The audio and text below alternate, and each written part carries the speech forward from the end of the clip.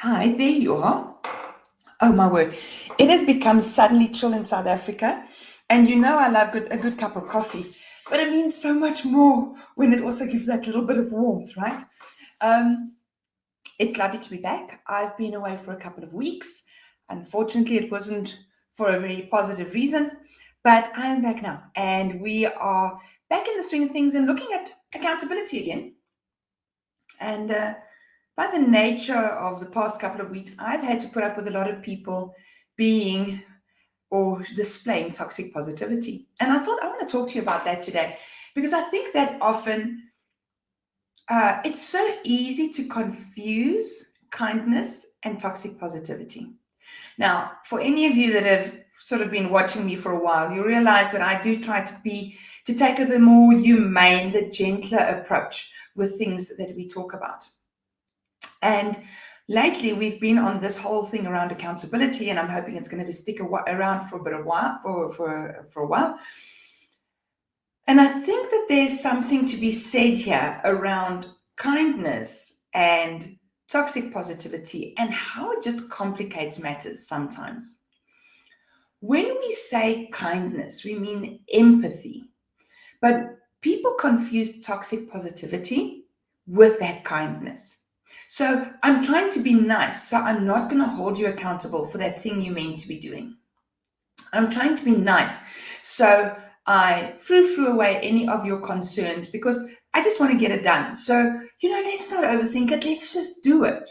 That is actually toxic positivity. And I think we've seen it a thousand ways. My niece always has this joke. She has this meme of this little boy struggling to do something, and then his mom says, "You're doing great, sweetie," but you can see this poor child is obviously drowning. And I think that we must watch out that being kind in that way actually doesn't just make things worse. Because what's going to happen is I might be kind now, but next time, am I still going to be able to be kind? Remember, when I'm being toxically positive, what I'm doing is I'm just dismissing in this moment. I'm not thinking about what if the situation repeats itself? What if the person's fears are valid? What if this happens again and I'm not around? Who's going to help people get through this when I've now dismissed it? So obviously, it's not that important because unfortunately, that's what toxic positivity does. It makes things seem less important. It makes concerns seem less important. It makes people's views and perspectives seem less important. So I have a lovely example for you that's got nothing to do with work, but that actually shows this so well. For any of you who've watched the movie Leap Year, this young lady decides it's leap year. She's going to fly from the US to Dublin Island to go and ask her fiance or ask her boyfriend to marry her so that they can get engaged. And she's doing it from this perspective of her granny did this with her grandfather, and it's this age old tradition and what have you not. She gets on a flight, can't get to Dublin, then has to land in Cork, lands up in a little place outside of Cork where the barkeeper is also sort of the taxi service and the hotel is his, it's sort of like really, really small. It is also a lot less sophisticated than her tastes, and this leads to some very hilarious moments. One of them, which in the movie is hilarious, but in real life probably would not have been, is of course she's pitching up there with her Louis Vuitton shoes or her fancy high heel shoes, not expecting to walk any long distance. And she's at a point walking through the mud. What happens? Let me give you the backstory first. The pub, hotel owner, whatever guy offers to drive her from this little place outside Cork to Dublin. And at a stage, there's a problem with a car and they have to walk, and it being Ireland, it's wet and it's soggy, and she has to walk with these beautiful shoes through mud. She looks like she sinks into the mud with these shoes. And she turns around and she complains to him that these are very expensive shoes. And he says, oh, in his Irish accent, which I can't do very well, but I'm going to try it anyway because it's fun. He says, throw them in the wash, they'll be grand. And in that moment, he's being toxically positive. And the reason I bring this up is because we always think of you're doing great, sweetie, as toxically positive. But actually, what's happened here is just his dismissive approach is as toxic. And he's positive. You just throw them in the wash. They'll be sorted. It's not a problem. He is being positive. He's being toxically positive, but see how it's not kind, but it's the same thing.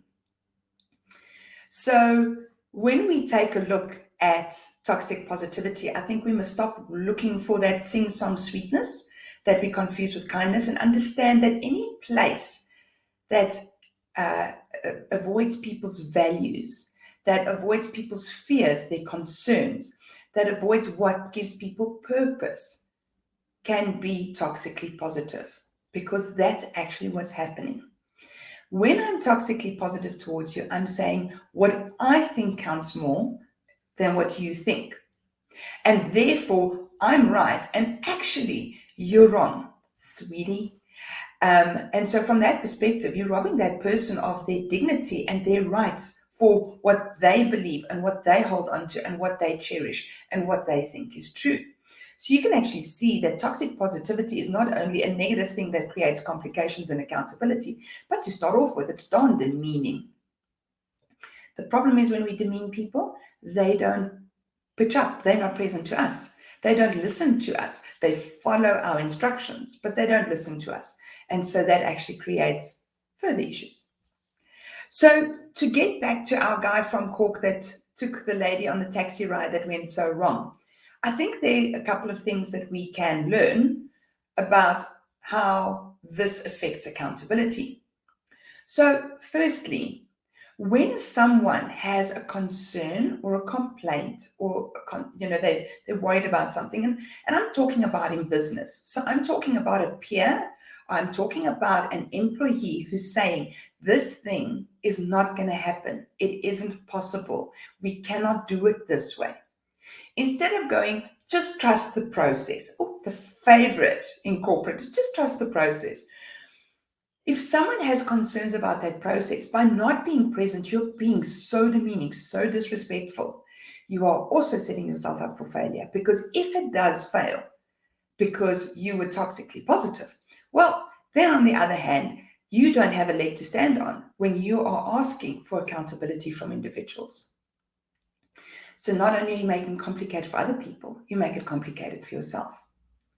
The other thing about it is that besides being present, you also need to, or in that presence, you actually need to understand, why is this thing so difficult for this individual? Why do they think it's not positive or possible? Why do they think that they need to flag this as a concern to you?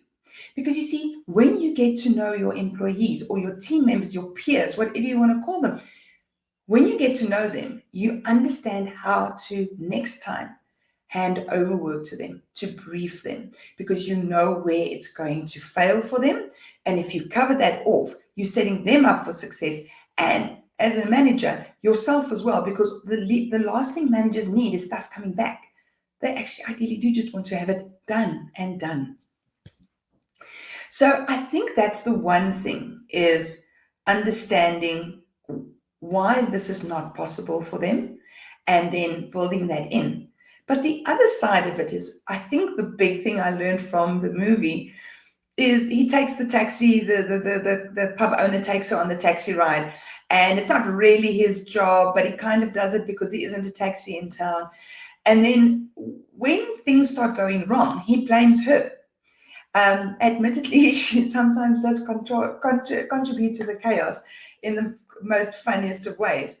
But actually, he did take this on. And therefore, when we put up our hands and we take ownership, we've got to know that it's on us to get stuff done. Now, it's very easy for us to say this to an employee or a team member, to say, I entrusted you with this, I want you to do this. But when you put up your hand as a manager to say, I will take ownership of this team and make sure they do the work that gets given to them, you also need to understand that you need to show the care to help them get it done. I'm not saying do their work for them, because no one's ever going to learn how to do anything that way. But once someone has flagged an issue, firstly, don't show that toxic positivity. And then next, show up and be present to them by being sure that by making sure that you're the support to help get it done. That might mean frequent check-ins. We know something's gone wrong. Let's do a daily or twice daily check-in until things are smoothed out. Secondly, asking them, and I had the most beautiful discussion with Craig Pursehouse, one of our previous coffee companions, a week or two ago, and he's entirely bent on the support that management needs to give to get stuff done, because sometimes people don't have the authority to get something done. Sometimes they've hit an obstacle that's not within their purview to get out of the way. And so you don't need to fix it, but you need to stand by them so that they can fix it. And I think that is of the utmost importance. And I think that we must understand that toxic positivity is actually avoidance. And so whatever we don't deal with in the beginning, we're going to have to deal with in the end. And our decision is, do I deal with it in the beginning when it is small, manageable, and I can actually make a difference, or I can provide that support to make the difference? Or do I wait until it blows up to such an extent that someone's probably going to lose their job? My reputation as a manager, our division's reputation will be ruined. So therefore, I'd say have that difficult conversation sooner rather than later. Get to the guts of it. Jump into the trenches with your people and get it resolved rather than waiting for too long. I hope that this has been a meaningful insert for you, and that you are going to start thinking twice about what toxic positivity means and how it might actually be cropping up in your management style in ways that you didn't expect to. And as always, please feel free to forward us any questions that you may have. We love to hear those. And if you'd like to see this again, we're streaming on YouTube and a whole bunch of other places. So you just Google us and you'll be able to find performancecafe.co.za. And then until next time, where's that coffee to add the warm, while we're on the Irish, to warm the cockles of my heart. I hope that you have an excellent week, and we will see you next week again on Wednesday at the Performance Cafe.